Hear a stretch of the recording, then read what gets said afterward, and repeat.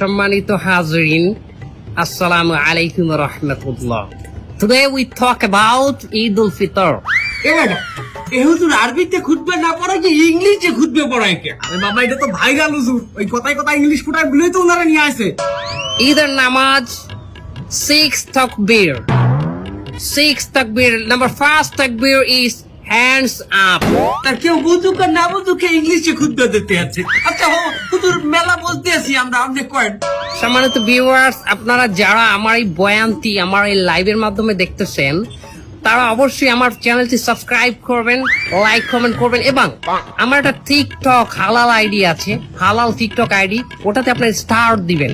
আচ্ছা হুজুর আমার একটা মশলা কয়েন দেখি, এই ঈদের দিন কি মহিলারা পর্দা সহকারে নাচতে পারবে?